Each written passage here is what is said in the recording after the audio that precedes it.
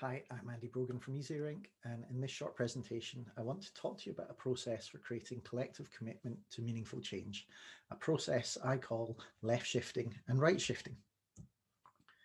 First of all, though, why do we need a process for change? Well, as you appreciate already, change is both a social and a technical process, a socio-technical process. So on the technical side, we need to answer the question, what needs to change? What are the things that we can do that would make the biggest difference to how well we're performing around here? But the social side of change is just as important, which is even if we knew that changing X was going to make the biggest impact, if we're not up for changing X, there's no point pretending that that's going to happen. So as we go through a socio-technical process of change, we need to work out both what needs to change and we need to prepare ourselves in such a way that we are up for changing it. Now, in lots of the literature you'll read about buy-in, you need to create buy-in with change. Bluntly, that's nonsense. It's not about buy-in. If you treat change as a process of buy-in, then you're treating change as a process of sell-in, and change is not a sales process. Change is a process of co-production. In other words, it's not that you go and learn it and then tell other people what to do and try and convince them of that. Rather, it's a process of shared discovery where you have to learn together about what the things to change are, about why they're worth changing, and about how you're going to change them. And that's what I mean by a socio-technical process of change. And that's why I've developed the left shifting and right shifting approach I'm about to explain. So here's the model. Left shifting has the arrows that go left. Right shifting has the arrows that go right. There's no great magic in that. But rather than try and deal with this all at once, what I want to do is break it down into steps and invite you to think about what this means for your work in nursery education. So let's start with outcomes. Whenever you're thinking about change, the place you need to start, in my opinion, is by asking the question, who are we here for and what matters to them? So do this for yourself, but I want to suggest to you that in nursery education, we're here for the children. That's kind of, if we didn't have children, then we wouldn't need nurseries. Therefore, we're here for the children. So you should think about, from the perspective of those children, what matters? What does a great day for them look like? When they go home at the end of the day, what is it that they would want to be feeling? What is it that they would want to have experienced? So think about, who are we here for and what matters to them? But remember as well, of course, that you're in a really complex world. We all are. And there are going to be loads of people that matter beyond the children. So there's their parents, for one. There's yourself. There's your colleagues. There are probably people like head teachers and primary teachers and Ofsted inspectors and maybe people that manage budgets and all sorts of things. And while the children matter more than any of those in terms of why we're here, if we aren't able to find ways of working that are able to accommodate what matters to all of those people, then those ways of working won't be sustainable. So this first step in the left shifting process is about getting clear on who matters and what matters to them. And the way I would invite you to think about this for yourself is, start with who are we here for and what matters to them, the children, what we want them to experience. Then think about who else matters and what else matters to them. And as you do that, remember that this is a socio-technical process. So this isn't a process for you to sit at your desk and do and then report back to others, but rather this is a process for you to engage people in doing with you. So what do I mean by that? Well, I'm not suggesting that you necessarily ask children to go and interview head teachers about what matters to them and vice versa. But to whatever extent it's possible, treat this as a listening process and treat this as a process in which it's not you that's doing all the listening. You're one of the people that's listening. But what you really want to do is bring all those people that matter together in ways that allow them to hear each other, that allow them to empathize with each other, that in essence, allow them to discover and understand together all of the people that matter and all of the things that matter. So that's what makes it a socio-technical process. It's about building that shared understanding that creates the platform for having collective commitment to meaningful change. Okay, so let's imagine you've done that. So you've done some work to listen to children, to listen to head teachers, to listen to Ofsted inspectors. You've done some work to bring people like that together to listen to each other. You've perhaps built a shared view together, on Post-its or on whiteboards or whatever it is that describes what you collectively think matters around here. What do you do next? Well, my suggestion is the next thing you do is you recognize that what you've got there is an enormous amount of complexity. Loads of stuff that matters to loads of people that matter. And if you try and manage each of those things as if they're separate, you'll get nowhere. So what you now need to start to do is understand that all of those outcomes, all of those things that matter to all of those people that matter, are outcomes of processes of work. In other words, if we can understand what are the things within the processes of work that we need to do well that produce those outcomes, then we can get from managing lots of complexity, all the things that matter, to all the people that matter, to actually a much narrower number of things. We can get on with managing, if you like, the few things we need to do well in order that the outcomes that matter emerge. So that can sound a little bit sort of esoteric, if you like, or theoretical. So let me give you an example of what I mean in practice. This particular slide comes from another organization that supports children, but in this case, it's a children's home. So it's a short-term, if you like, refuge for children that are coming from difficult family circumstances where perhaps there was abuse or violence of some sort. And when I worked with the people that ran this home, what I invited them to do in order to get down to those few things they needed to be great at was to start by just talking about their work. And this is what you could do as part of your socio-technical process with all the people that we mentioned, your colleagues, head teachers, etc. So start first of all by saying, where does our work start and finish? Where do the children come into our care and support, and where do they leave? And as you think about that, think about the processy stuff that happens. So in this case, the blue boxes are the processy stuff. People took referrals from a local authority. They did assessments of children. Based on those assessments, they made recommendations and they referred to other services. And while all that happened, they provided care and support in the meantime until the children were ready to leave and were handed over or discharged to other places of care. So that is just true. That's what they did. But it's quite cold and technical. And there's a risk with it that if we improve things at that level of description, what we get is a wonderfully efficient process, but it's not necessarily got any soul and it's not necessarily effective. In other words, it's not necessarily doing what matters. It's just doing what's normal. So to get to what matters, go from the blue boxes to the green boxes. So the way I do this is I say, instead of now thinking about the process, I want you to take that process and imagine it as a story, which has a beginning, a middle, and an end. And that story is a human story that in this case involves a child.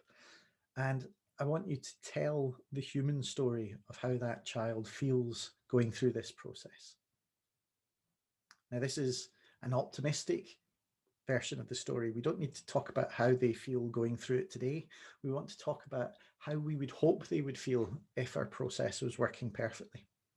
And in this example, what you can see is instead of talking about referrals and assessments, at the beginning of that child's story, what we end up talking about is things like feeling safe and secure, being in a position where that child knows what's happening to them and why, where they feel able to settle into our care and support, where they know what's expected of them, what they can expect of us, where they feel like they have a voice and where they feel like they have some choice and control over what's about to happen to them.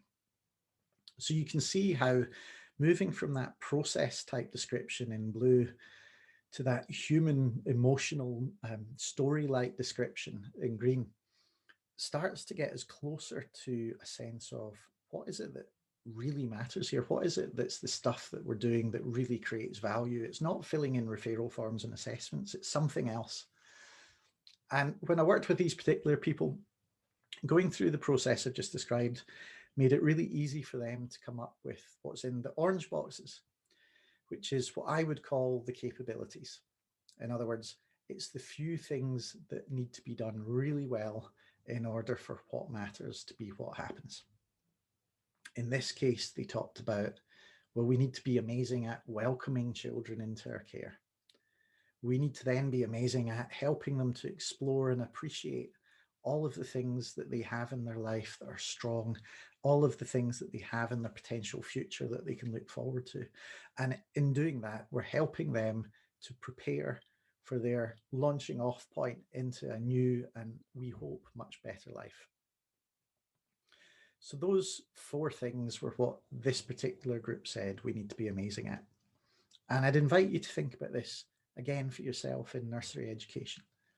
When a child comes into your nursery, through to when they leave at the end of the day, or if you want, zoom out another level, when they first come into your nursery through to when they eventually leave your nursery for the last time, what are the things that you would describe matter in terms of their emotional journey through your support? That story of what it's like as a human being, as a child, to go through your support. And what does that help you in collaboration and co-production with your colleagues to think about as being the essential steps that create most value, that really are kind of articulations of precisely what you're here for and what you need to be good at? In other words, what are your equivalents to the things in orange on the screen just now? I call those things, as I've said, the capabilities. And if you can find your way through all the complexity of your normal processes and all the complexity of all the things that matter to all the people that matter, to just your few things that you have to do well, then you will have your next anchor point for a really successful process of change. So that takes us through the first 2 steps of the left shifting process and gets us ready for the third one. And you can see on screen just now that the third one is what I call patterns. So if we know who matters and what matters to them, and if they've been part of the process of discovering that with us, and if we've continued that shared discovery together as we unpick what is it that we need to be great at in order for us to get all those things that matter, the capabilities, then you'll find that it's actually really, really intuitive to start talking about, well, what are all the things that get in the way? What are the things, in other words, that make it harder to do those few things well? And because it's harder to do them well, we get less purpose, we get less of what matters. So this third step I call patterns, because we're not interested in the stuff that gets in the way once in a blue moon. We're interested in the stuff that gets in the way on a consistent basis. What is it that is consistently making doing great things harder than it needs to be? When you answer that question, you'll have completed the left shifting process. And as you'll have appreciated from the way I've described it, that's a socio-technical process. It's not something that you do at your desk. It's something that you do in collaboration as a process of shared discovery. And if you do that, you will have, without question, built collective commitment to meaningful change. In fact, you will probably find that you have people so full of ideas and appetite for improvement that you can't hold them back. And that's where right shifting comes in, because you will find that actually they have so many ideas for what could make doing great work easier and better that you have to hold them back. There is simply too much to do. And if you don't have some priorities, you'll not get any of it done well. So as we begin the right shifting process, we're taking those ideas for change and we're going through another socio-technical step that is about us co-producing our priorities for action. And here's how I'd suggest you approach that. So First of all, we're going to ask a question of each idea for change, which is, how big a difference do we think this would make? If we think it would make a great, big, massive difference, we're going to put it in one of the top two boxes. And to decide which one, we're going to ask a second question, which is, how easy do we think this would be to do? And if we think it would be really easy, we're going to put it in the top right box. In other words, this is a scoosh case and it'll make a huge difference. So why on earth wouldn't we start there? The other stuff is going to go in the top left box. This will make a huge difference, but it's tricky. Now, there's a really interesting second order question you can then ask. So what I mean by a second order question is a question that gets us to another layer of understanding. And here's how it goes, which is, we've got an example of something here, which because you've been through the left shifting process together, everyone agrees is a good thing to do, that would have a huge impact, that we'd all love to do, but it would be difficult. Now, the second order question to ask is why? Why is that difficult?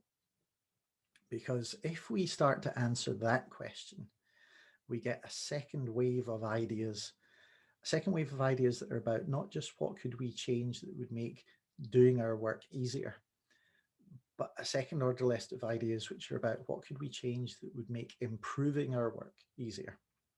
And if we can answer that question, then not only is our work going to get better, but it's going to get better faster and faster and faster, because we'll make the process of changing stuff easier as well.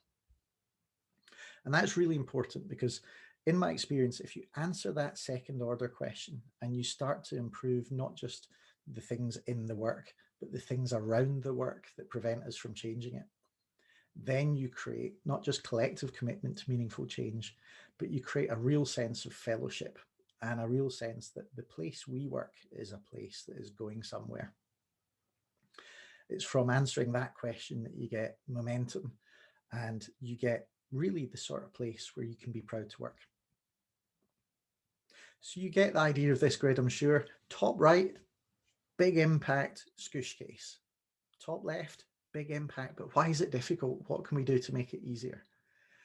Bottom right, not a massive impact, but easy to do, the quick wins sort of stuff. So why wouldn't we do that when we have time?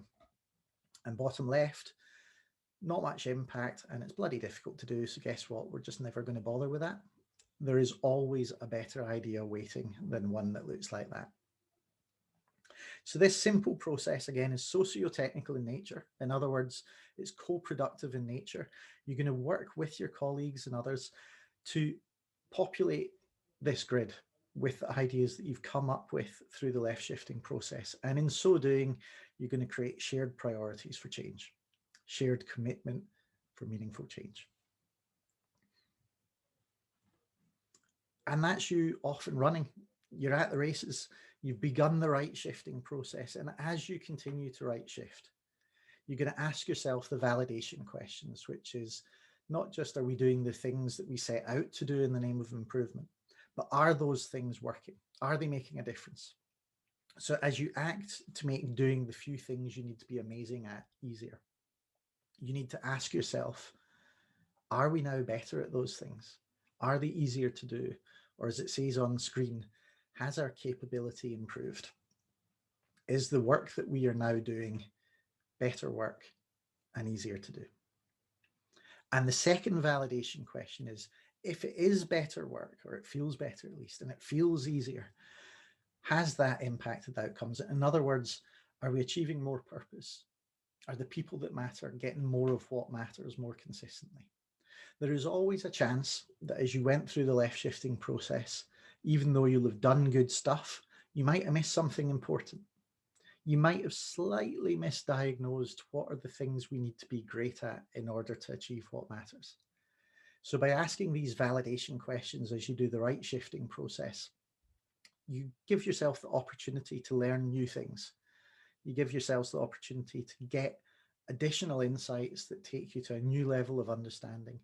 And through doing that, You also give yourself the opportunity to keep this cycle of change going so that things get better and better and better, and that change isn't just a one-off project or an event, it's just a way of being. And that's what I would really wish for you, which is that whether you use this model or something else, that you find ways into relationships with colleagues that mean that when you turn up to work together, you don't turn up for the slog of another day at the coalface, but rather you turn up for another day of exciting opportunities for how you're going to innovate and create new ways to add new value for the children you support.